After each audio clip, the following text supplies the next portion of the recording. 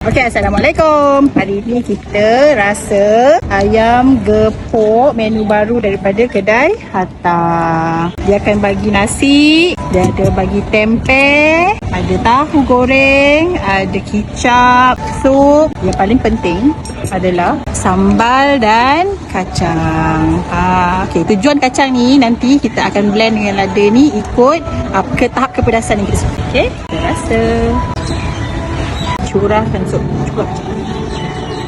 Kalau tengok pada ayam ni, lunak guys, ayam dia lembut. Tengok Okay, so cili tadi kita blend. Wow, order pula sirap Bandung kedai Hatta.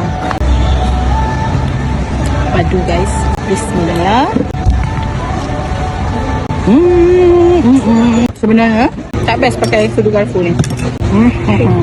Ayam dia lembut guys. Lada dia tak pedas sangat. Lemak campur dengan kacang tu.